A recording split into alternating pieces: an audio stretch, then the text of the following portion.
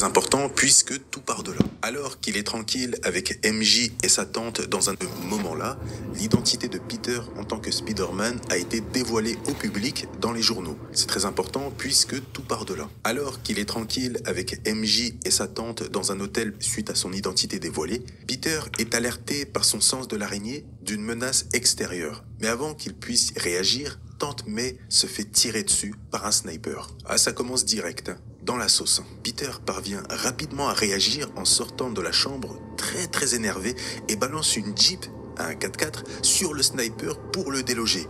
Il retourne ensuite vite à l'intérieur, prend sa tante dans ses bras et s'envole avec elle pour l'emmener le plus rapidement possible à l'hôpital. Et ça, bien sûr, sans qu'il prenne le temps de mettre son costume. Maintenant, il s'en fiche complètement. Et en plus de ça, il n'a pas le temps. Il parvient rapidement à atteindre l'une des chambres de l'hôpital, pète la fenêtre et dépose sa tante sur un lit. Le personnel de l'hôpital découvre Tante May et s'occupe rapidement d'elle, tandis que Peter est à l'extérieur complètement désemparé. Et surtout, en larmes. Il se rend compte des dégâts provoqués suite à son identité dévoilée. Le lendemain, après une discussion avec MJ, cette dernière lui demande ce qu'il va faire maintenant. Et Peter répond en partant. Pierre Ménez, donc il y avait l'affaire Marie Portolano, l'animatrice, elle est mise en examen. Oui. En partant, je vais aller faire du mal à quelqu'un. Il décide en premier lieu de retourner là où tout a commencé, là où le tireur était posé. Sauf que la police est déjà sur les lieux pour enquêter, et donc empêche toute personne de passer. Mais Peter, ça, s'en fiche complètement. Toujours très énervé, alors qu'un policier lui interdit l'accès sans rien dire avec un visage de haine, Peter le colle au mur avec sa toile et continue sa marche comme si de rien n'était. Il est à un point où maintenant il s'en prend même à la police. Et c'est pas terminé. Une fois dans la pièce, sans dire un mot, il réussit à trouver la lunette du fusil de précision laissé sur les lieux par le sniper. Il y découvre dessus un nom, sûrement le modèle du fusil. Après cela, il repart silencieusement de l'endroit dans une ambiance assez froide, sans délivrer le policier qui est sûrement en train d'étouffer en dessous la toile. Vraiment là, Peter est à deux doigts d'exploser. Il se dirige ensuite vers sa prochaine destination, toujours sans aucun costume. Il est arrivé à un point où il n'en a plus rien à faire, notamment, comme je vous l'ai dit, parce que son identité a été dévoilée. D'ailleurs, c'est pour ça que le sniper était là. Il voulait en réalité tuer Peter. Bref, Peter se rend à une vente d'armes et ne fait pas dans la discrétion. Il fait en sorte que toutes les personnes présentes sachent qu'il est là. Un carnage commence. Peter massacre tout le monde jusqu'au sang, sans même se contrôler. Il est déchaîné. Par la suite, il interroge de force l'un des derniers encore debout en lui demandant d'où vient cette lunette de fusil. Le gars lui dit en gros qu'il ne peut pas répondre par peur de mourir, etc. Le truc classique de mafieux. Mais Peter lui fait comprendre de manière indirecte que s'il ne parle pas, il va lui faire encore plus mal. En d'autres termes, il va le tuer lui-même. C'est dingue, mais là, Peter s'est clairement transformé en Batman dans sa manière d'obtenir des réponses. Bref, après avoir eu les infos requises, Peter se rend à un autre endroit très précis pour y récupérer une chose qu'il avait juré de ne plus porter. C'est à ce moment-là que Peter enfile un costume longtemps abandonné, le célèbre costume noir, et jure qu'une fois les responsables devant lui, il les tuera. Ah, ça sent la haine, ça sent le côté obscur.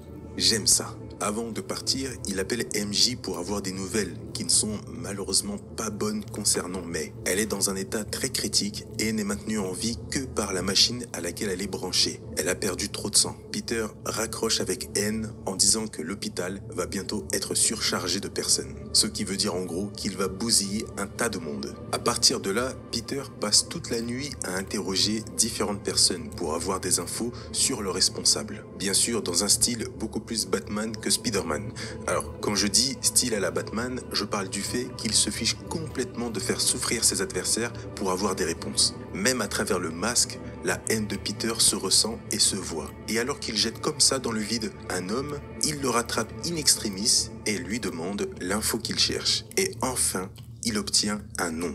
Jack Martino. Voilà comment se nomme le sniper. Après avoir vérifié son adresse sur l'ordinateur de la police, Peter se rend sur place. Mais il arrive trop tard.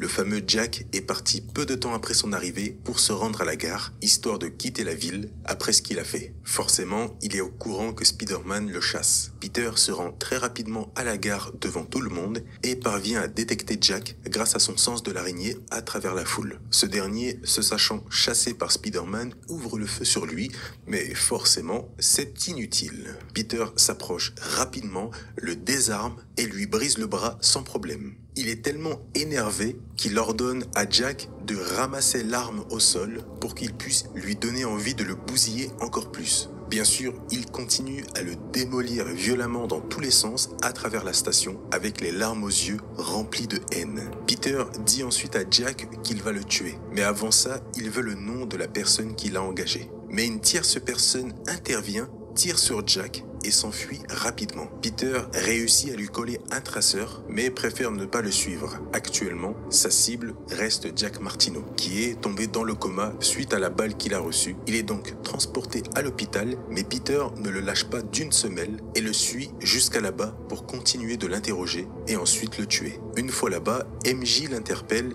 et lui annonce que May ne va pas très bien et qu'elle ne va sûrement jamais se réveiller. Entre-temps, Jack Martino, le sniper, meurt de ses blessures à l'hôpital.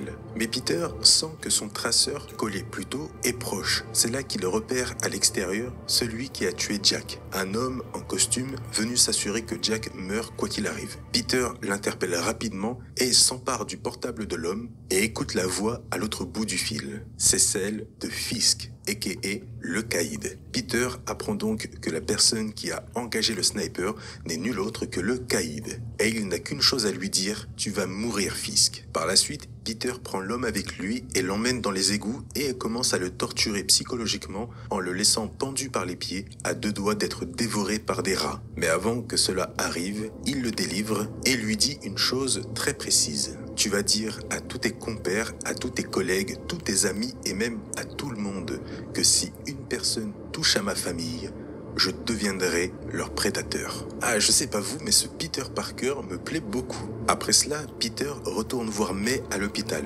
Malheureusement, aucun changement dans son état. C'est là que Peter a une idée. Il s'est rappelé qu'à une certaine époque, May allait mourir, mais qu'elle fut sauvée grâce à une transfusion sanguine de la part de Peter. Il décide donc de retenter l'expérience dans l'espoir de la sauver. Et en attendant de savoir si cela va agir correctement, Peter part de l'hôpital et continue sa chasse, cette fois-ci en se dirigeant vers la grande prison.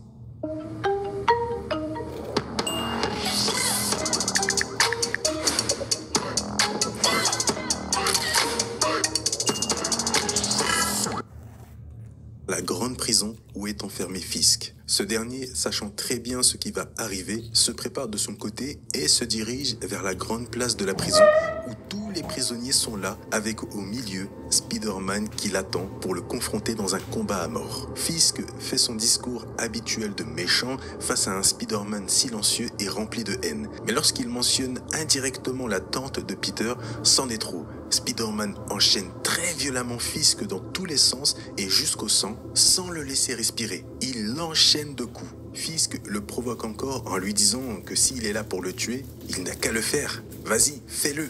Peter lui répond ensuite que le costume de Spider-Man représente un idéal, celui d'un super-héros qui n'enfreint pas les lois et surtout qui ne tue pas. Et pour ne pas salir la réputation du costume, il décide de ne pas tuer Fisk. Mais après ces mots, il enlève le costume en disant « Par contre, moi, je vais te tuer ». En gros, Spider-Man ne tue pas, mais Peter Parker, c'est autre chose. Le combat reprend de plus belle, Fisk n'a même pas le temps de se défendre, il se fait complètement défoncer par Peter, à un tel point où son costume est déchiqueté par les coups qu'il reçoit. Peter nargue ensuite le caïd en lui disant en gros qu'il n'est rien par rapport à lui, etc. Ce qui énerve le caïd. Ce dernier bien sûr tente de rendre les coups, mais Peter esquive tout et envoie sévèrement la sauce sur Fisk à un point où ce dernier finit KO au sol. Mais Peter en veut plus et lui ordonne de se lever. Fisk peine à parler pour lui dire qu'il ne peut pas. Peter l'attrape donc rapidement pour le remettre debout et lui envoie encore plusieurs rafales dans le visage.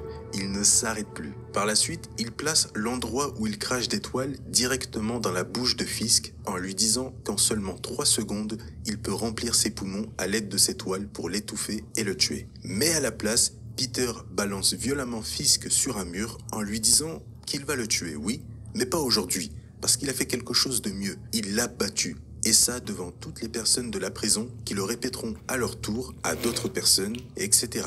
La nouvelle fera le tour de la ville, puis du pays. Et la pire chose qui puisse arriver à un homme qui se croit supérieur aux autres, c'est d'être battu publiquement et presque tué dans un duel à la loyale. Le caïd a été humilié. Mais Peter avertit Fisk. Lorsque ma tante mourra, je reviendrai terminer ce que j'ai commencé et personne ne pourra m'arrêter. Il regarde ensuite tous les prisonniers présents et leur dit haut et fort que si quelqu'un tente de s'en prendre à sa famille et ses proches, ils subiront le même sort. Après ces mots, Peter décide de partir en vainqueur, mais précise une nouvelle fois qu'une fois Tante May partie, il reviendra prendre la vie de Fisk, une vie contre une autre. Et on va s'arrêter ici. Pourquoi? Eh bien parce que je trouve cette fin tellement dingue pour la vidéo. On finit sur une note un peu grisâtre, ni bon ni mauvais. Je n'ai pas envie de gâcher l'ambiance. L'histoire continue bien sûr, mais ça, je vous laisse le soin de le découvrir par vous-même. Comme d'hab, toutes les infos en description. J'espère que cette nouvelle vidéo vous a plu. On n'oublie pas le petit like pour le travail fourni durant cette vidéo, le commentaire pour le référencement et me dire ce que vous